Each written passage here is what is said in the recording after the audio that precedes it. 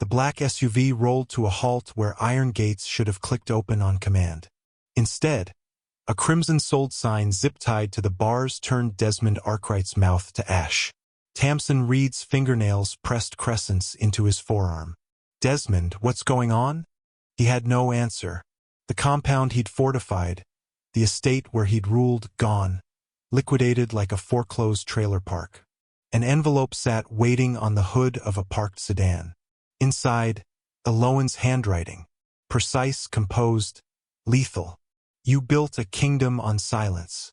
I just decided to speak. Checkmate, Desmond." His phone erupted.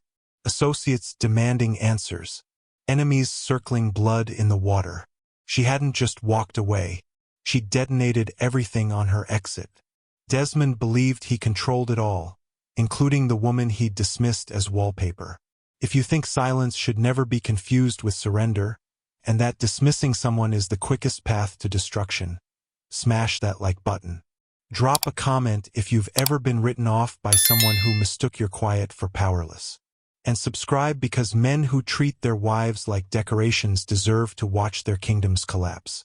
Eloan's strategy has just launched. Don't miss what unfolds when the invisible woman becomes unstoppable. Before we go deeper into the story, you are welcome to Empire Stories. We're building a community that refuses to accept neglect and betrayal as normal. If you believe women deserve respect, loyalty, and real love, not control disguised as protection, subscribe and help us get to 10,000 subscribers. Your support helps us spread these stories to people who need to know. They deserve better, and it's okay to walk away. 3 years before, Eloan Arkwright stood in the archway of the grand dining hall, watching champagne flutes capture candlelight like trapped fire. 32 place settings, each one immaculate. The waitstaff glided through their routine with rehearsed grace. Centerpieces she'd spent months perfecting. Another gala. Another exhibition. "Mrs. Arkwright, the judge's daughter can't have dairy," her coordinator murmured. "Should I alert the kitchen?" "Already handled," Eloan said quietly. "The panna cotta is being swapped for the berry sorbet. Have them garnish it identically so she won't feel conspicuous." The coordinator's smile held genuine respect. "You anticipate everything. Everything except how to make my husband notice I'm breathing." Desmond strode past her without acknowledgement, his phone welded to his ear, orchestrating deals as though she were part of the architecture. His tailor jacket probably cost more than the entire event. He'd been back from Dublin for 4 hours and hadn't spoken 12 words to her. Eloan adjusted her midnight velvet gown, the one his assistant had ordered for tonight, and returned to performing perfection. She smiled at appropriate moments, asked perceptive questions about waterfront developments and political strategy, kept everyone's champagne flowing. She was everything a mob boss's wife should be. Elegant, educated, non-existent. "Your husband is quite the powerhouse," District Attorney Ramos told her, his gaze sliding across her face without truly registering her. "You must be incredibly proud." "Completely," Eloan replied with a smile that died before reaching her eyes. At 1 in the morning, after the final guest departed and the staff finished, Eloan moved through the hollow house. Desmond was locked in his study, door shut, voice drifting through the mahogany. She stopped outside, one hand resting on the banister.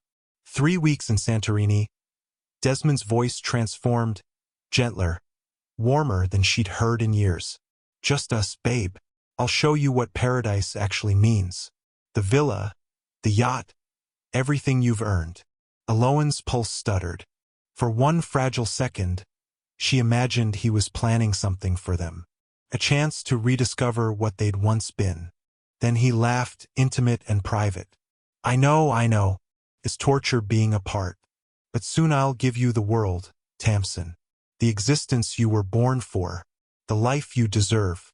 I swear it. Tamsin." Eloan's grip on the banister tightened until bone showed through skin. The room tilted, crystallized into something harder and more lucid than before. She didn't weep, didn't shout, didn't kick open the study door for confrontation. Instead, She walked to her private study, the room Desmond had never bothered exploring, and opened her laptop. She created a fresh folder, titled it with surgical precision, Evidence. Then Eloan Arkwright started documenting every business conversation she accidentally witnessed, every offshore account number glimpsed on forgotten papers, every shell company transaction mentioned during late-night calls.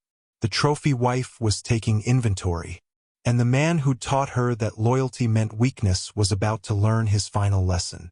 The Boston Winter Gala glittered with old money and older secrets. Crystal chandeliers cast diamonds across marble floors, while a string quartet played something tasteful and forgettable. Eloan stood 3 feet from her husband, champagne flute warming in her hand, watching Desmond Arkwright work the room like he owned it, which, in many ways, he did. His hand rested on the small of Gabriella Russo's back a moment too long. The shipping magnate's daughter laughed at something Desmond whispered, her fingers brushing his lapel with practiced casualness. Eloan watched her husband's eyes trace the woman's neckline, watched his smile sharpen into something predatory and pleased. "Your husband is quite charming," someone said beside her. Eloan turned to find Patricia Carson, a federal prosecutor's wife, her expression carefully neutral. "He has his moments," Eloan replied, her voice carrying none of the acid pooling in her chest. Across the ballroom, Desmond's phone buzzed against the bar. He glanced at it, typed something rapid, then leaned closer to Gabriella. His tattooed hand, the one she'd once found dangerous and exciting, gestured toward the terrace. The woman nodded, already moving. Eloan excused herself with a polite smile and drifted toward the powder room. She passed the bar where Desmond's phone still sat, its screen dark but not locked. She'd watched him punch in the code 1,000 times while pretending to adjust her earrings. His birthday backwards. The man had no imagination. In the gilded restroom, she stood before the mirror and didn't recognize herself. The emerald gown Desmond had selected hung perfectly on her frame. Her hair was swept into an elegant twist. Diamond studs caught the light. Anniversary gifts from a man who'd forgotten to come home for the actual anniversary. She pulled out her own phone, opened her notes app, and began typing. Gabriella Russo, shipping magnate's daughter. Terrace, 10:47 p.m. The door opened behind her. Tamsin Reed walked in, all curves and confidence in a dress cut low enough to be memorable. Desmond's business associate. The woman stopped when she saw Eloan, something flickering across her face. Guilt, maybe, or calculation. "Mrs. Arkwright," Tamsin said, her voice honey-smooth. "Miss Reed." Eloan applied lipstick she didn't need, her hand steady. "Enjoying the evening? It's beautiful. You have exquisite taste. I had nothing to do with this one. I'm just here for decoration." Eloan capped the lipstick, turned. "Isn't that what we all are? Beautiful things for powerful men to display." Tamsin's smile tightened. She said nothing, which was answer enough. Back in the ballroom, Eloan found Desmond holding court with 3 councilmen and a judge. His laugh boomed across the space, rich and self-assured. He didn't notice her return. He never did. She was part of the architecture, as essential and invisible as the marble columns. "Gentlemen, please excuse me," Desmond said, checking his watch. "I need to make a call. Business in Singapore never sleeps." He walked toward his study, the private room off the main hall that he thought was secure. Eloan knew better. She'd had a copy of that key made 2 years ago, back when she still believed in fixing things. She waited 5 minutes, then followed. The study door was cracked, his voice carrying through. "Account transfer needs to clear by Friday. Cayman routing number is 7742983. Yes, the shell in Delaware. Meridian Holdings. For God's sake, Phillips, I'm at a party. Just move the money." Eloan stood in the shadows, her phone's voice recorder running in her clutch. She typed the numbers in her notes. 7742983. Meridian Holdings. The conversation continued. More numbers. More company names that didn't appear on any legal documents. More evidence of the empire Desmond had built on broken laws and broken people. When he finally emerged, straightening his jacket, Eloan was standing by the hors d'oeuvres table, looking serene and uninterested. "There you are," Desmond said, not quite looking at her. "We're leaving in 20. Try to look less bored." "Of course," she said softly. He walked away without waiting for a response. Eloan watched him rejoin his circle, watched him command the room with the certainty of a man who'd never been challenged. A man who believed his wife was too delicate, too simple, too decorative to understand the empire he'd built. She pulled out her compact mirror, pretended to check her makeup while reviewing her notes. 7 accounts now, 12 shell companies, for offshore routing numbers. The trophy wife was keeping score, and the game had just begun. Desmond's fist slammed into the conference table hard enough to rattle the water glasses. His attorney, Lawrence Bellamy, didn't flinch. The man had represented mob bosses for 30 years. Theatrics were part of the job description. "Explain to me how my wife, emptied 14 accounts without a single flag, Lawrence." Bellamy adjusted his wire-rimmed glasses and slid a document across the mahogany. "Because technically, she didn't empty them. She reallocated them. That's the same goddamn thing. In criminal court, it's very much not." Bellamy tapped the prenuptial agreement with one manicured finger. Section 7, subsection 3. In the event of marital abandonment or infidelity, the injured party retains rights to liquidate jointly held assets for personal security purposes. Desmond snatched the document, his tattooed fingers leaving smudges on the cream paper. "I never signed this." "You did. Page 47. Your signature, witnessed and notarized." Bellamy pulled out another folder, this one significantly thicker. "And before you claim forgery, I verified it myself."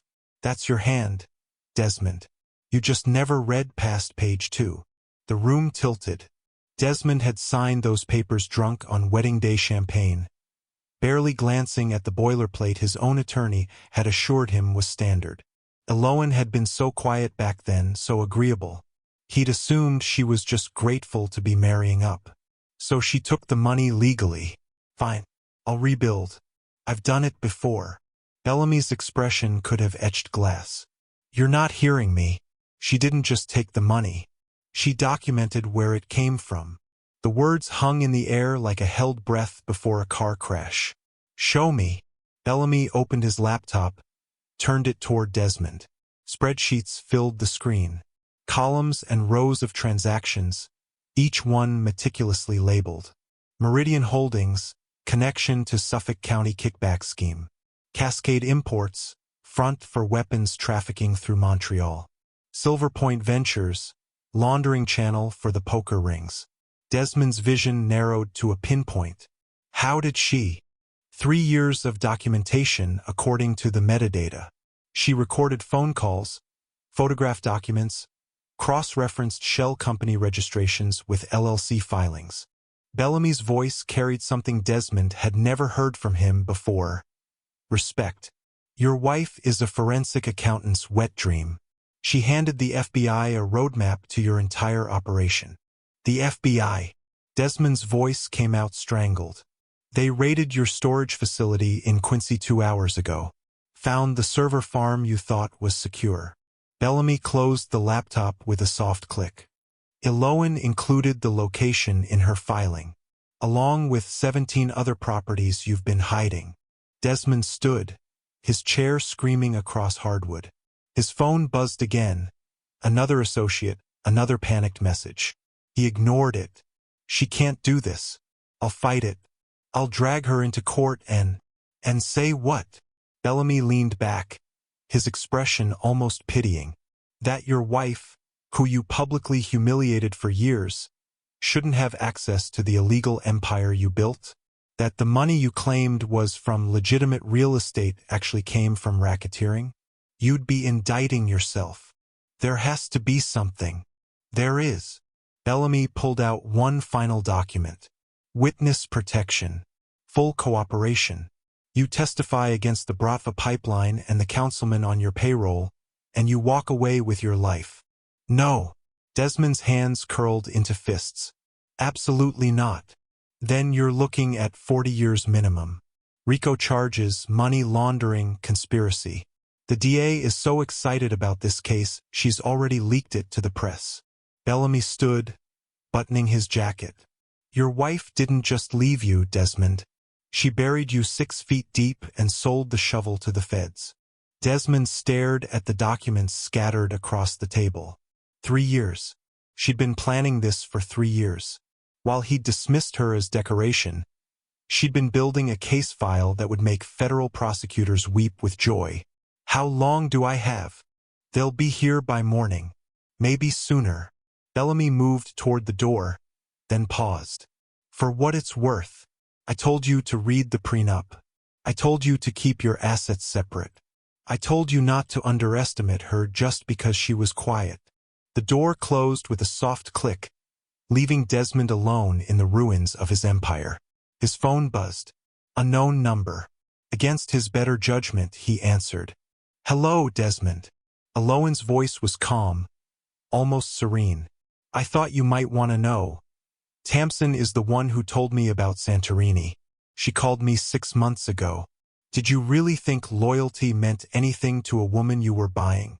The line went dead.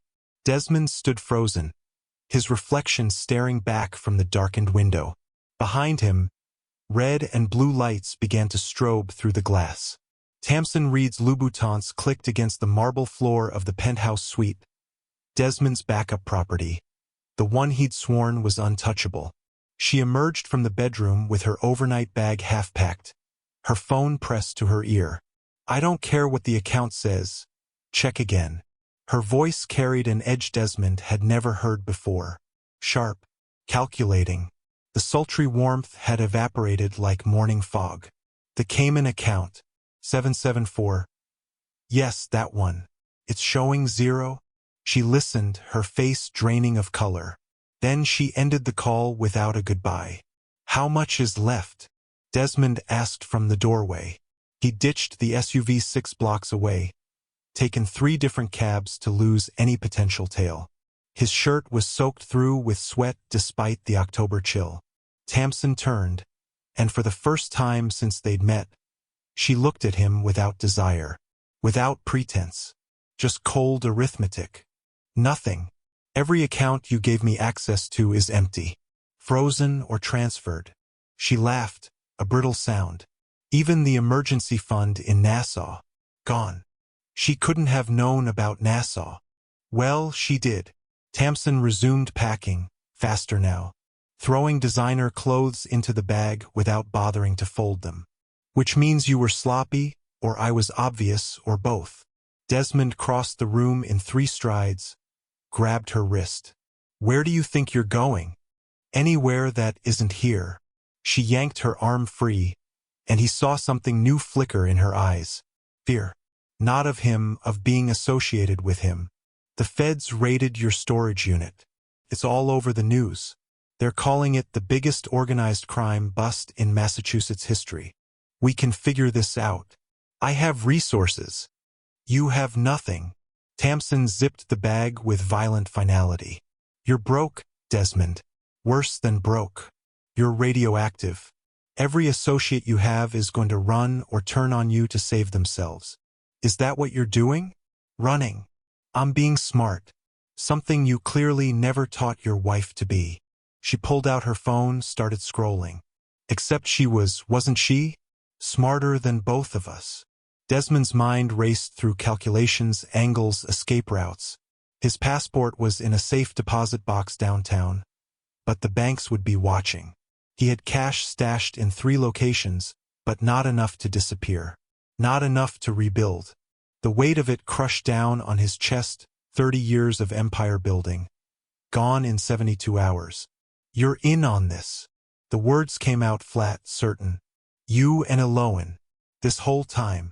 Tamsin's laugh was genuine this time, edged with hysteria. You think I'd still be here if I was in on it? I'd be on a beach in Bali, darling. With your money. Then how did she know? About us. About the accounts. About... He grabbed her phone from her hand, scrolled through her messages. Nothing incriminating. Too clean. You deleted them. I deleted nothing because there's nothing to delete. But her eyes shifted left, just for a second. Tell she didn't know she had. You called her. Understanding crashed over him like a wave. When? When did you call her? I don't know what you're... When? His voice echoed off the high ceilings, and Tamsin stepped back, her hand moving to her purse. Looking for what? Pepper spray? A weapon? 6 months ago, she said quietly. After you forgot my birthday but remembered to send your wife flowers for your anniversary. After you canceled our trip because Eloan needed you at some charity function. Her voice hardened. I called to warn her about you, to tell her what kind of man she married. I didn't know she'd turn it into... this. You destroyed me. No. Tamsin shouldered her bag, moved toward the door. You destroyed yourself. I just stopped pretending to be collateral damage. She was halfway out when Desmond's voice stopped her. I'll tell them you knew. About the accounts, the operations. I'll make sure you go down with me. Tamsin turned, and her smile was almost pitying. Desmond, sweetie, who do you think I called while you were with your attorney? She pulled out her phone again, showed him the screen. Recent calls, FBI Field Office, Boston Division. Duration, 43 minutes. I already gave them everything. Where you'll run, who you'll call, what you'll try to liquidate. I bought myself immunity while you were busy feeling betrayed. She paused in the doorway. Eloan was right about you. You really do think everyone else is stupid. The door closed.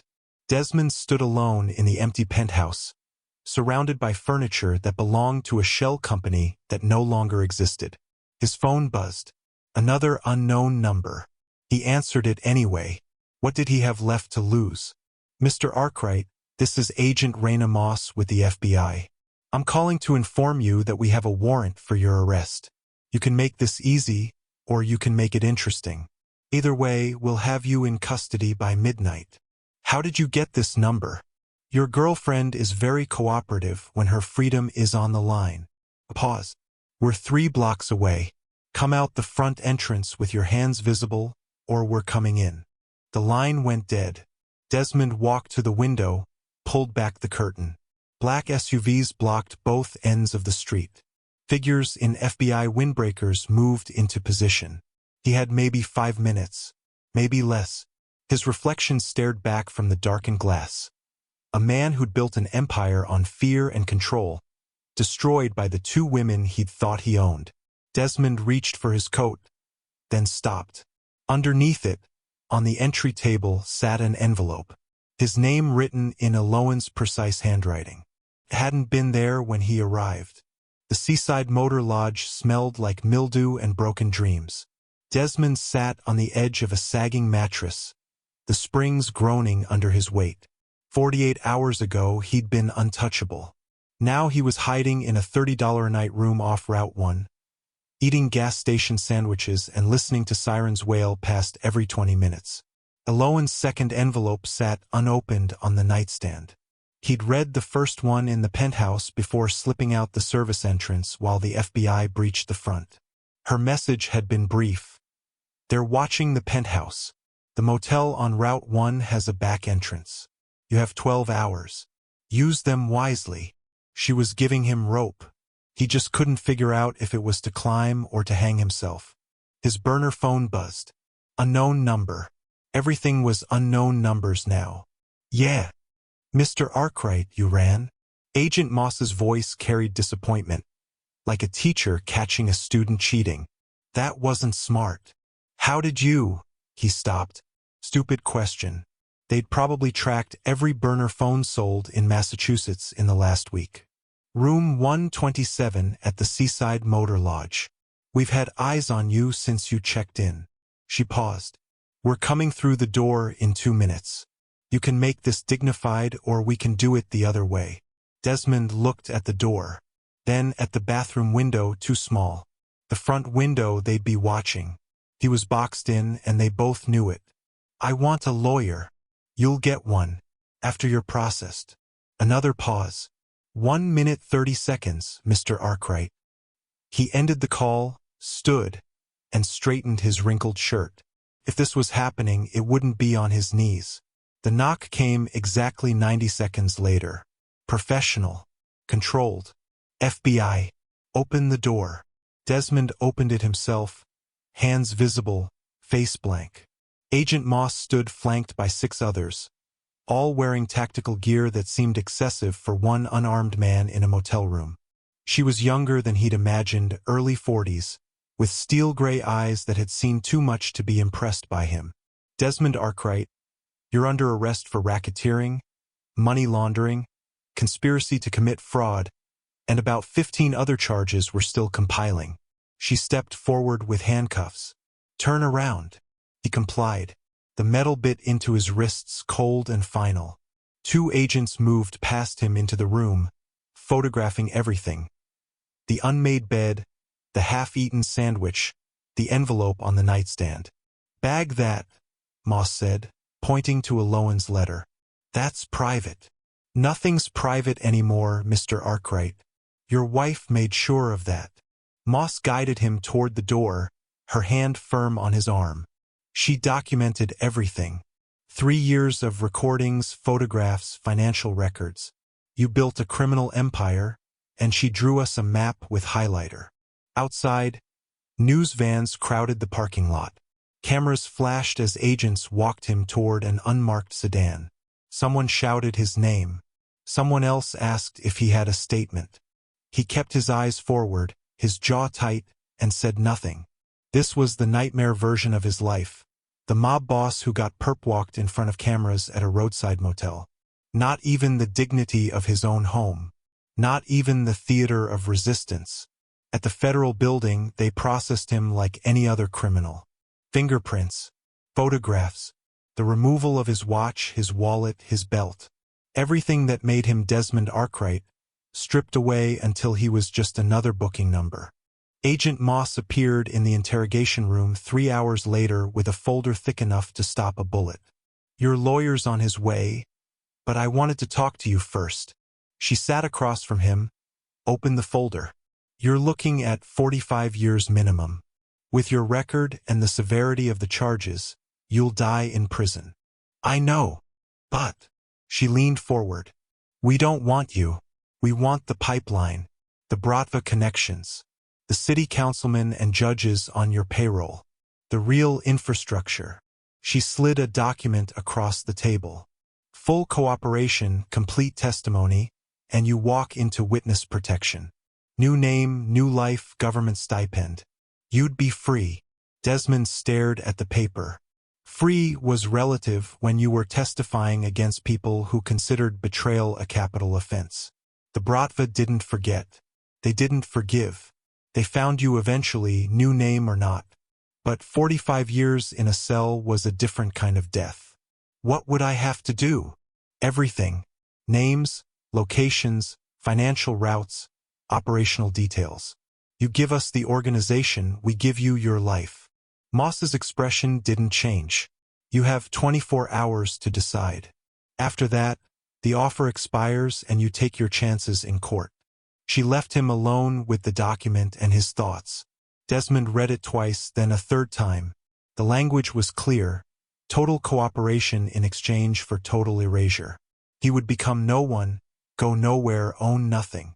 Everything he'd built, everything he'd been, would simply cease to exist. His lawyer arrived an hour later, not Bellamy, who'd vanished the moment the arrest became public, but a public defender who looked 12 years old and exhausted. "They're offering witness protection," the kid said, shuffling papers. "It's a good deal. Better than you deserve, honestly." "I know." So, Desmond thought about Lowen's letters, about Tamsin's betrayal, about the empire that had crumbled in 72 hours because he'd underestimated a quiet woman who'd spent 3 years planning his destruction. He thought about dying in prison, forgotten and irrelevant. "I'll take it." The lawyer nodded, unsurprised. "They'll want you to start talking tomorrow." Full deposition, recorded testimony. Once you start, there's no going back. I understand. But as they led him back to his cell, Desmond couldn't shake the feeling that this, too, was part of Alohan's design. That even his escape was something she'd accounted for, planned around, weaponized. That night, lying on a cot that smelled like industrial bleach, he finally opened the second envelope. The one the FBI had bagged but somehow returned to him with his personal effects. Inside was a single photograph. Alohan, glowing and happy, holding a newborn wrapped in blue. On the back, in her handwriting, "His name is Leo. He has your eyes. You'll never meet him." 5 years later, Caleb Monroe clocked in at 3 a.m., same as every night. The Portland fish market stank of brine and diesel fuel, a smell that had stopped bothering him around year 2. He pulled on rubber gloves and boots, nodded to Jorge at the loading dock, and started hauling crates of cod off the refrigerated trucks. His back ached. His hands were scarred and calloused. The tattoos that had once made him recognizable were hidden under long sleeves and a decade's worth of new ink. Cover-ups that turned serpents into waves, skulls into flowers. He was 43 years old and looked 50. The face that had once commanded fear now just looked tired. "Caleb, you want overtime Saturday?" His supervisor called across the warehouse. "Sure, Tony. Whatever you need." Nobody asked questions here. Half the crew was running from something: debt, addiction, ex-wives, the law. Caleb Monroe fit right in. He worked hard, kept his head down, and never talked about the before. As far as anyone knew, he'd always been this. A ghost who smelled like fish and paid his rent on time. After his shift, Caleb walked the 2 miles to his studio apartment. No car, witness protection guidelines. No social media security protocol. No friends, personal choice. He showered, made instant coffee, and sat at the small kitchen table where a laptop older than his new identity hummed to life. The photograph of Leo sat propped against the sugar bowl. 5 years old now. Desmond, no, Caleb, didn't know what the boy looked like anymore. Didn't know if he played soccer or liked dinosaurs or had Alohan's quiet intelligence. Have you ever lost something you never knew you had? Ever felt the weight of an absence so heavy it crushed your chest? He opened an encrypted browser and typed a name into the search bar. Richard Voss, private investigator. Below board, off record, specialized in finding people who didn't want to be found. Caleb had spent 3 months researching investigators who wouldn't ask why and wouldn't report to the feds. The consultation request form loaded. He filled it out with a burner email address, paid the retainer in cryptocurrency, and uploaded the only photo he had, Alohan at the Boston Gala, 3 years before everything imploded. Request details: female, early 30s, maiden name Alohan Thorne, married name Arkwright, possibly traveling with a young child, age 5. No last known address. High risk of identity change. Find her. He hit send before he could second-guess himself. The response came 6 hours later while Caleb was staring at his ceiling, unable to sleep despite the exhaustion in his bones. Request received. Deposit confirmed. Initial search will take 48 to 72 hours. Do not contact this office directly. Updates will be sent via secure channel only. Note: if target has government protection, search may be impossible without triggering federal alerts. Proceed. Caleb typed, proceed. 2 days crawled by like wounded animals. He worked his shifts, hauled his crates, pretended to be a man who cared about overtime and coffee breaks. But every free moment he checked his encrypted email. Nothing. Nothing. Nothing. On the 3rd day, a message appeared. Target located. Coastal town, approximately 140 miles from your location. Operating under name Alohan Grant. Employment: piano instructor and librarian. Confirmed child matching description. Name unknown. Address and photo attached. Remaining balance due upon confirmation. Caleb's hands shook as he opened the attachment. The photograph was grainy, taken from across the street with a telephoto lens. But it was her. Older, softer somehow, smiling as she walked beside a small boy with dark hair and his eyes, Desmond's eyes, his son. The boy was carrying a library book, pointing at something in the window of a bakery. Aloan laughed, her hand resting on his shoulder with casual affection. They looked happy. They looked like they belonged to a world Desmond Arkwright had never been invited to. Drop a comment if you believe everyone deserves a second chance, even if they don't deserve forgiveness. Caleb paid the balance, downloaded the address, and deleted every trace of the conversation. Then he sat in the dark of his apartment and stared at the photograph until the sun came up. He could go back to his shift. He could pretend he never found them. He could let them live in peace while he rotted in his self-imposed exile. Or he could go see them, just once, just to know. The rational part of his brain, the part that had survived witness protection by following every rule, screamed warnings. Approaching them violated protocol. It risked exposure.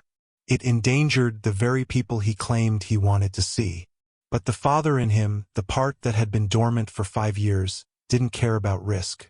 That part only knew that his son was 140 miles away, breathing the same air, living a life that should have included him. Caleb packed a duffel bag, clothes, cash, the photograph. He left a note for his supervisor saying family emergency, knowing he might never come back. Then he walked to the bus station and bought a one-way ticket to a town he'd never heard of. As the bus pulled onto the highway, Caleb stared at his reflection in the window. Somewhere behind the scars and the exhaustion, Desmond Arkwright stared back. The man who'd lost everything because he'd valued control over connection, power over people. The ghost was going home, or at least going to see what home could have been. The bus rolled through darkness toward a town where a woman had built a life from the ashes of his empire, and a boy grew up not knowing his father was a monster who became a ghost who might still be a man. Caleb closed his eyes and tried not to think about what he'd say if she saw him. Tried not to imagine Leo's face when he learned the truth. Tried not to wonder if some ghosts should stay buried. But the photograph in his pocket felt like a heartbeat, and for the first time in 5 years, Caleb Monroe felt something other than numbness. Felt like hope, or maybe just another way to destroy the only good thing he'd ever created. Harborview was the kind of town that appeared on postcards and nowhere else. White clapboard houses with blue shutters. A main street with a hardware store, a diner, and a bookshop that doubled as a coffee bar. Salt air and the cry of gulls. The kind of place where people knew their neighbors and left their doors unlocked. The kind of place Desmond Arkwright would have dismissed as irrelevant. Caleb Monroe parked his rented sedan 3 blocks from the address the PI had provided. His hands gripped the steering wheel hard enough to hurt. He'd rehearsed what he'd say 1,000 times on the bus ride. I deserve answers. I deserve to know my son. You had no right to erase me. But sitting here, watching the tree-lined street where children rode bikes and elderly couples walked hand in hand, the words felt hollow, entitled, exactly like the man he'd been. The address was a small yellow cottage with a porch swing and flower boxes overflowing with late-season marigolds. A piano sat visible through the front window. As Caleb watched, a young woman emerged with a child, waved goodbye to someone inside, and walked down the path. Then the door opened again, and Aloan stepped onto the porch. His breath stopped. She wore jeans and a cream sweater, her hair longer than he remembered, pulled back in a loose braid. She looked younger somehow, lighter, as if a weight had been lifted. She called something to the departing student, laughing at the child's response, her whole face transforming with genuine joy. He'd never seen her laugh like that. Not once in their entire marriage. She went back inside, and Caleb sat frozen, watching the cottage like it held answers he didn't know how to ask for. An hour passed, then another. He told himself he'd leave soon. Just a few more minutes. At 4 o'clock, a school bus stopped at the corner.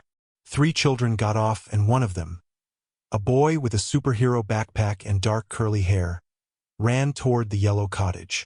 Caleb's heart seized. The boy was small for 5, all energy and motion, calling Mom, as he barreled up the porch steps. Aloan appeared at the door, scooping him into a hug that lifted his feet off the ground. The boy laughed, showed her something in his backpack, gestured wildly while she listened with complete attention. Then the boy turned toward the street, looking both ways before chasing a soccer ball that had rolled from the neighbor's yard. Caleb saw his face clearly for the first time. His eyes, Desmond's eyes, dark brown, almost black, with that distinctive intensity. But everything else, the gentle curve of his smile, the openness in his expression, the easy way he moved through the world without armor, that was all Aloan. The boy retrieved the ball, kicked it back to the neighbors with a shout of thanks, then bounded back inside where his mother waited. The door closed. Through the window, Caleb could see them in the kitchen. Aloan pouring juice while Leo, his name is Leo, climbed onto a stool at the counter, still talking, still animated. A homework folder emerged. She sat beside him, patient and present in a way Caleb didn't remember his own parents ever being. They looked complete. A finished painting that didn't need another brushstroke. What would you do if you realized your presence would only destroy the peace you'd always wanted to give?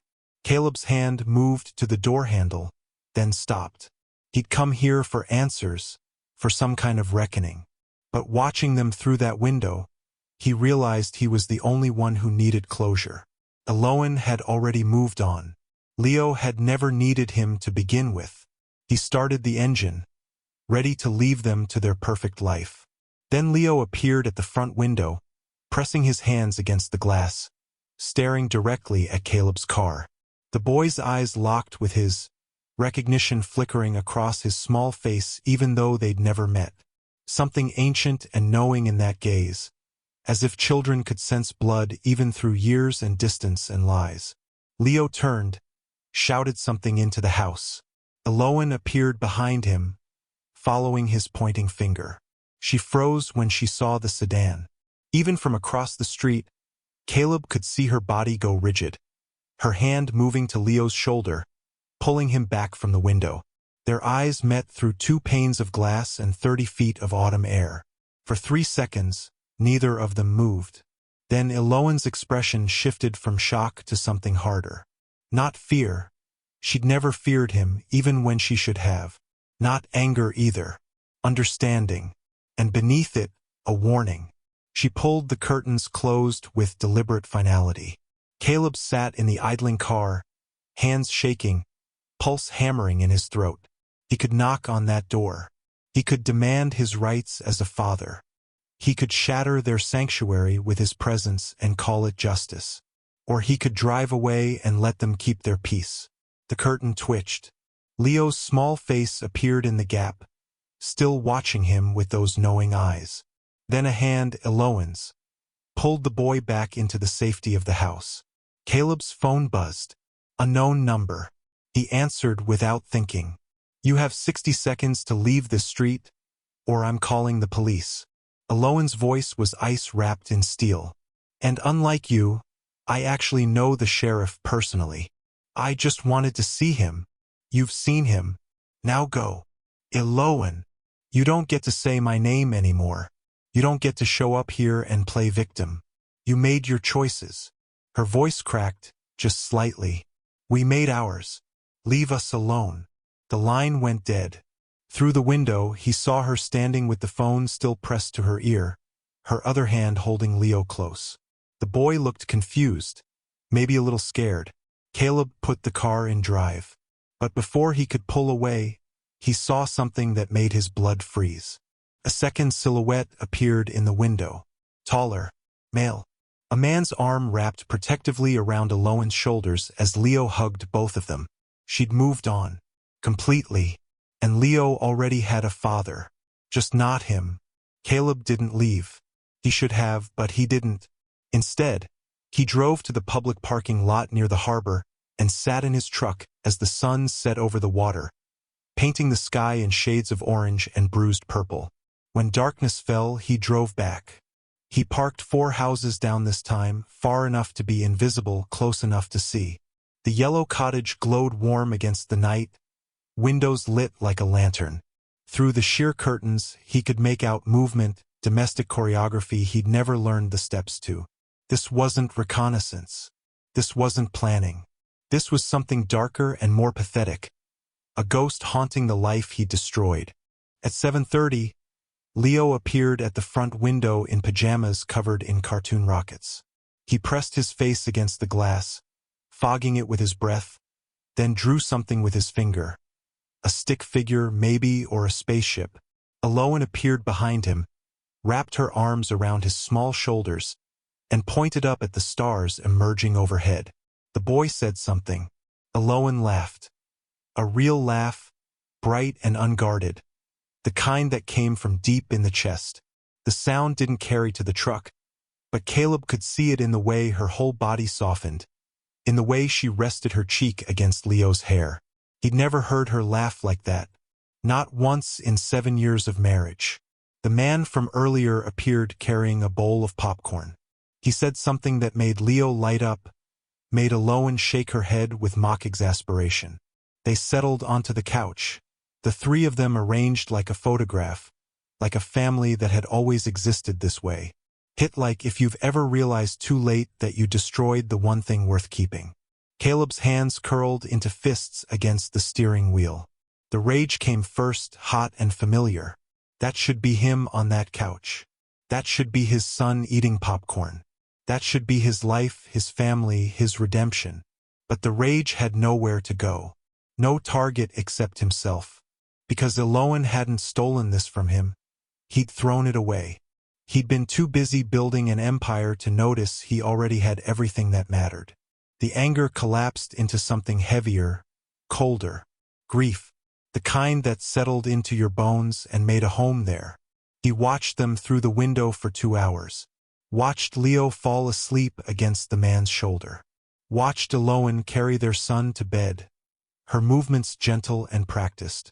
Watched her return and curl up beside the man, his arm draped across her shoulders while they talked about something that made her smile. She looked loved. She looked safe. She looked like a woman who'd survived a war and built a garden in the ruins.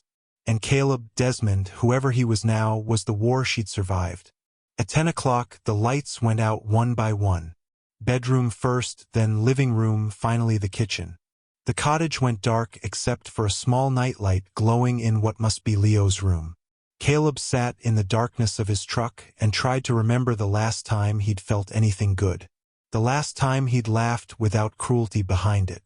The last time he'd touched someone with tenderness instead of possession. He couldn't. Those memories, if they'd ever existed, belonged to a different man in a different life. His phone buzzed. Text from an unknown number. I see your truck. If you're still here in the morning, I'm not calling the sheriff. I'm calling your handler. Your choice. She was awake, watching him watch her, protecting her family even now, even from the shadows. Caleb typed back, I'm sorry.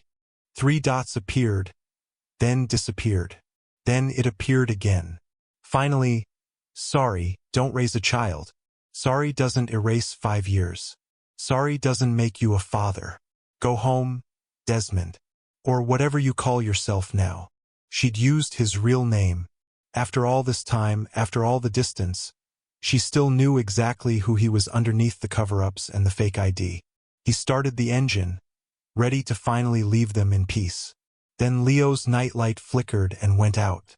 Through the window, Caleb could just make out a small silhouette standing at the glass, looking directly at his truck. The boy stood there for a long moment, perfectly still, as if he could sense something he didn't understand. As if blood called to blood even through curtains and darkness and years of absence. Then a hand, Aloan's, gently pulled him back from the window. The curtain fell closed. Caleb drove away, his vision blurred, his chest hollow. He made it 3 blocks before he had to pull over, his breath coming in ragged gasps that might have been sobs if he still remembered how to cry. He'd come here for answers, for closure, for some kind of redemption he didn't deserve. Instead, he'd found the truth. His son was better off without him. His ex-wife had built a life so beautiful it hurt to look at. And the best thing he could do, the only good thing he had left to offer, was to disappear and never come back. But as he sat in that truck, staring at his scarred hands in the dashboard light, one thought kept circling back. Leo had looked right at him, had stood at that window like he was waiting for something. What if the boy sensed it too? The missing piece? The father-shaped absence? Caleb shook his head, trying to dislodge the thought. That was narcissism talking. The old Desmond, who believed the world revolved around him, that everyone needed him. Leo didn't need him. Leo had everything he needed. But then why couldn't Caleb start the engine? Why couldn't he leave? His phone buzzed again. Not Eloan this time. A different number. Local area code. Mr. Monroe? This is Harborview Public Library. You submitted a request to access our historical records. We're open tomorrow at 9 if you'd like to review them. He hadn't submitted any request. He'd never even heard of their historical records. But someone wanted him at that library tomorrow morning. Someone who knew exactly where he was staying and what name he was using. Caleb sat in the darkness and realized Eloan wasn't done with him yet. The Harborview Public Library smelled like old paper and lemon polish. Caleb arrived at 9:15, late enough to seem casual, early enough that she'd know he was coming. The librarian at the front desk, elderly, kind-faced, smiled at him without recognition. Historical records are downstairs, dear. Through the children's section. He descended the narrow staircase, past colorful murals of storybook characters and a reading nook filled with beanbags. The basement was cooler, quieter, lined with metal shelving units holding decades of local newspapers and town archives. Eloan stood at the far end, between American history and local records, wearing a simple gray dress and cardigan. Her hair was down today, softer than yesterday. She didn't look up when he approached, just kept running her finger along the spine of a book she clearly wasn't reading. You came. Her voice was steady, neutral. You knew I would. I know you, Desmond. She finally looked at him, and her eyes held no fear, just exhaustion. Even after everything, I know exactly who you are. He stopped 3 feet away, close enough to talk, far enough that she could run if she needed to. Old instincts. Then you know I'm not leaving until we talk. We're talking now. I want answers. You want absolution. She set the book back on the shelf with careful precision. There's a difference. The words hit harder than he expected. He'd rehearsed this confrontation 100 times. What he'd say, how he'd demand his rights, how he'd make her see reason. But standing here, looking at the woman who'd systematically destroyed his empire and rebuilt a life from the ashes, all those words felt small and useless. He's my son. Biologically, yes. Eloan moved past him, pulling another book, pretending to examine it. In every other way that matters, no? You had no right. I had every right. She turned to face him fully now, and for the first time he saw anger beneath the calm. Not rage, just cold certainty. You were gone. In witness protection. Legally dead for all practical purposes. What was I supposed to do? Wait for a ghost to come home? You could have told me. When, Desmond? During your arrest? Your processing? While you were testifying against the Bratva? Her voice never rose above a whisper, but each word cut clean. Or should I have sent a letter to your handlers? Dear Federal Witness Protection Program, please inform the man who built a criminal empire that he's going to be a father. I'm sure that won't complicate things. He had no answer for that. You're a ghost, Desmond. She said it simply matter of fact. Ghosts don't get to haunt the living.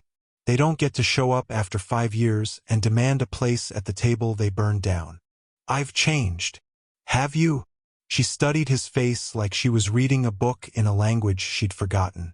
Or have you just gotten better at hiding who you were? The question hung between them, unanswerable. I saw the divorce papers, Caleb said quietly. In my witness protection file. I never signed those. Eloan's expression didn't change. I know. You forged my signature. Yes. That's illegal. So was most of your adult life. She pulled a folder from her bag, handed it to him. The divorce is finalized. You have no legal claim to Leo. No visitation rights, no custody, no contact. In the eyes of the law, you don't exist. He opened the folder. Official documents, court stamps, his signature, perfect forgery on page after page. Why? To protect him. Her voice softened, just slightly. Your name, your history, your connections, they follow people, Desmond. The Bratva doesn't forget. The families you testified against don't forgive. If Leo was legally attached to you, he'd spend his whole life looking over his shoulder. So you erased me. I freed him. She took the folder back, tucked it away. I gave him a chance to be a normal child with a normal life. No bodyguards, no threats, no legacy of violence. That's what a parent does. They protect their child, even from the truth. Caleb felt something crack inside his chest. And the man in your house? Is none of your business. But her expression softened. His name is Thomas. He's a good man. He teaches marine biology at the community college. Leo calls him Tommy. She paused. He doesn't know about you. Neither does Leo. As far as they're concerned, Leo's father was a businessman who died in a car accident before he was born. A lie. A kindness. Aloan stepped closer, and for the first time he saw grief in her eyes too. You think I wanted this? You think I wanted to raise our son alone, making up stories about who his father was? I wanted to give Leo a father who could teach him how to be good. You were never going to be that man. The truth of it crushed him. She was right. He'd never been that man, even before the FBI, even before Eloan's revenge. He'd been exactly who he'd been at that Boston gala, a man who valued power over people, possession over connection. Does he ask about me? Sometimes. Her voice was barely audible. I tell him his father loved him very much but couldn't stay, that he's watching over us from somewhere far away. She met his eyes. Let that be true, Desmond. Be the father who loved him enough to stay away. Subscribe if you believe real love sometimes means letting go. Only those who confuse control with care won't understand. Footsteps echoed on the stairs above them.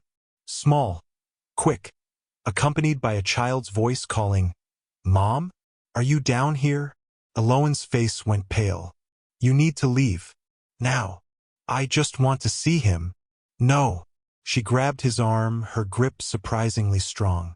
You don't get to do this. You don't get to walk into his life and walk back out when it gets hard. Either you leave now and never come back, or you stay and break his heart when you eventually disappoint him. Choose. Leo appeared at the top of the stairs, his superhero backpack bouncing as he descended. Mom, Tommy said we can go to the aquarium if... He stopped when he saw Caleb, recognition flickering across his small face. You're the man from the car. Eloan moved between them instantly, a wall of protection. This is Mr. Monroe, sweetheart. He was just leaving. Leo tilted his head, studying Caleb with those impossible eyes, Desmond's eyes. Why were you watching our house? The question hung in the dusty air of the library basement. Caleb looked at his son, really looked at him, saw the intelligence, the openness, the complete absence of fear. This child had been raised with love and security. He didn't know monsters existed because his mother had kept them all away, including him. I was lost, Caleb heard himself say, just trying to find my way. Did you find it? Caleb glanced at Eloan, saw the warning in her eyes. The choice she'd given him crystallized into terrible clarity. Yeah, buddy, I think I did. Leo smiled, bright and easy. Good. Being lost is scary. It really is. Thomas appeared at the stairs, calling down. Leo, we need to go if we want to make it before lunch rush. Coming. Leo turned back to Caleb, offered a small wave. Bye, Mr. Monroe. I hope you don't get lost again. Then he was gone, bounding up the stairs with the pure joy of a child who'd never known darkness. Caleb stood frozen, staring after him. Thank you, Eloan whispered. He couldn't look at her. If he did, he'd break completely. I need something from you. You have no right. Not for me. For him. Caleb pulled an envelope from his jacket, the one he'd prepared last night in his motel room. It's a trust fund. Everything I've saved from my witness protection stipend over 5 years. Not much, but enough for college, maybe. Give it to him when he's 18. He held it out. Tell him his father wanted him to have choices. Eloan took the envelope with shaking hands. Desmond, don't. He stepped back, putting distance between them. Don't say my name. You were right. I'm a ghost. He moved toward the stairs, then paused. One question. The man in the window. Are you happy? She nodded, tears finally slipping free. Yes. Good. And he meant it. The rage was gone. The grief remained, but underneath it, something new. Relief that his son would never become him. Caleb climbed the stairs and walked out of the library into autumn sunshine. He made it to his truck before his legs gave out, before the sobs he'd been holding back for 5 years finally broke free. But as he sat there, drowning in what he'd lost, his phone buzzed one final time. A photo.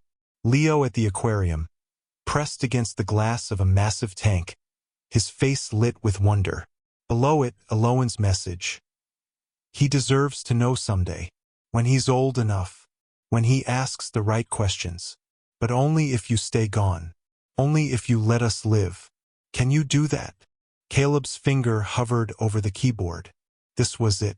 The final choice. The last chance to be the father he'd never learned how to be. He typed one word. Yes. Then he deleted her number, drove to the bus station, and bought a ticket back to Portland. Behind him, in a yellow cottage by the sea, his son laughed and learned and grew. Without him, and for the first time in his life, Desmond Arkwright understood what sacrifice actually meant. 6 months later, Caleb Monroe sat in his truck outside the yellow cottage one final time. Dawn hadn't broken yet. The sky, that particular shade of purple-gray that belonged to neither night nor morning. The town still slept. Even the gulls were quiet. On the passenger seat beside him lay a manila folder. Inside, legal documents prepared by an attorney in Portland who asked no questions if the cash was right. Petition for paternity establishment. Motion for custody evaluation. Request for court-ordered DNA testing.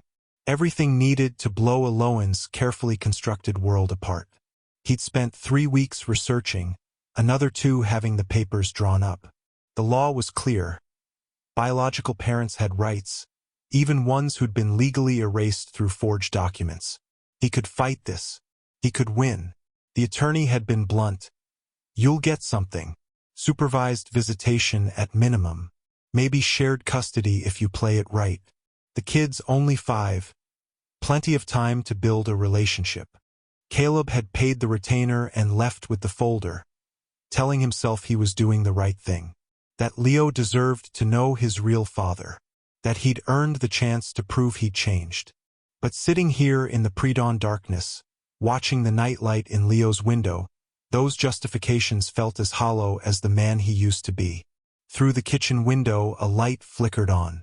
Eloan appeared, sleep-rumpled in an oversized sweater, filling a kettle. Her morning routine probably unchanged for years. Thomas joined her moments later, wrapped his arms around her waist, kissed the top of her head. She leaned into him with the easy comfort of someone who'd found safety after war. Caleb picked up the custody petition. 23 pages of legal language designed to crack open their peace and insert him into the center of it. He read the first page, then the second, looking for the righteousness that had sustained him through 6 months of planning. He found only selfishness. This wasn't about Leo. It was about Desmond Arkwright's ego demanding acknowledgement. About a ghost who couldn't accept that some doors stayed closed for good reason. His son didn't need a father who showed up with legal documents and forced entry.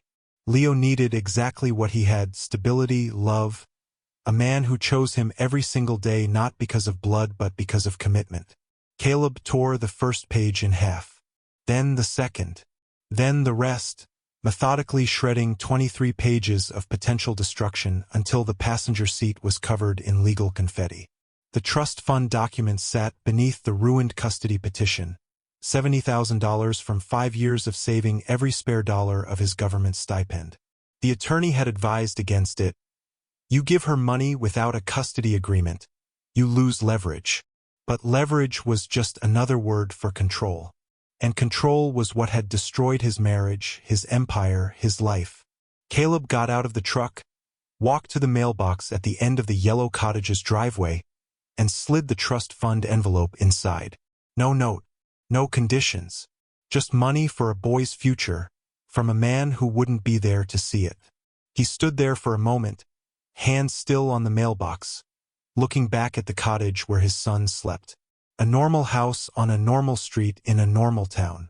Everything he'd never been able to give. Fog rolled in from the harbor, thick and white, swallowing the street in increments. Caleb walked back to his truck, started the engine, and drove into the gray without looking back.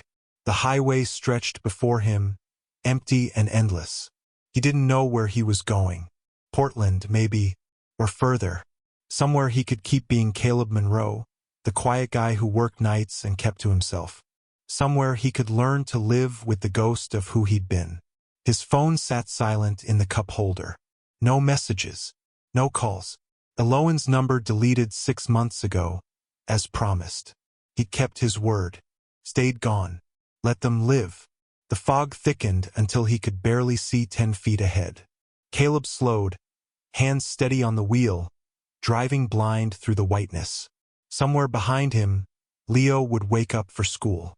Would eat breakfast while talking about yesterday's aquarium trip or tomorrow's soccer game.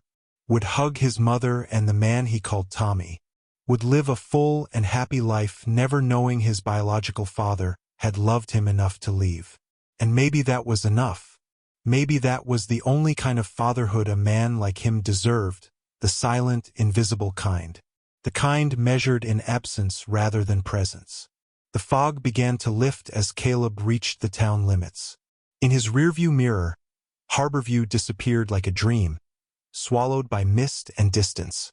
He drove for 6 hours before stopping at a diner off the interstate. Over coffee and eggs he didn't taste, he made a decision.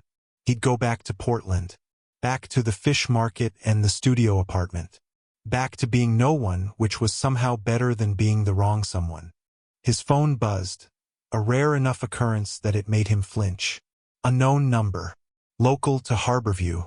Against every instinct, he answered. Mr. Monroe? A child's voice, small, uncertain. This is Leo. I found your number in my mom's phone. She doesn't know I'm calling. Caleb's heart stopped. Leo, you shouldn't. I know who you are. The boy's voice was steady despite the admission.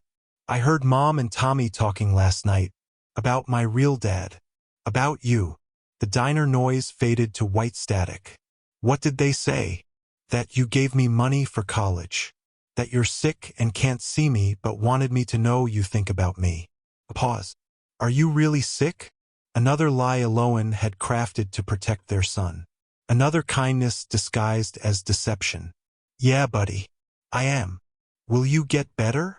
Caleb closed his eyes against the burn of tears he'd already cried too many times. No, I don't think so. Oh. The boy processed this with the matter-of-fact acceptance children had for impossible things. Mom says my dad was brave, that he loved me even though he couldn't stay. Is that true? Every word was a knife, precision-placed. Your mom is right about everything. Okay. Leo's voice brightened slightly. I just wanted to say thank you. For the college money. And for thinking about me. Leo. But what could he say? What truth could he offer that wouldn't shatter the carefully constructed fiction protecting this child? I have to go. Tommy's making pancakes. The boy hesitated. Bye, Mr. Monroe. I hope you feel better. The line went dead. Caleb sat in the diner booth, phone still pressed to his ear, while the waitress refilled his coffee and truckers argued about politics at the counter. His son had called him, had said thank you, had offered hope for healing even to a stranger he'd never really know.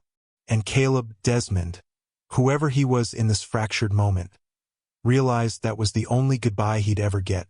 He paid his bill, got back in his truck, and drove north toward Portland and the anonymous life waiting there. But in his pocket, saved on his burner phone, was a 7-minute call log with a Harborview number. He told himself he'd delete it. He told himself he'd never call back. He told himself a lot of things as he drove into the fog. Whether he believed any of them remained to be seen.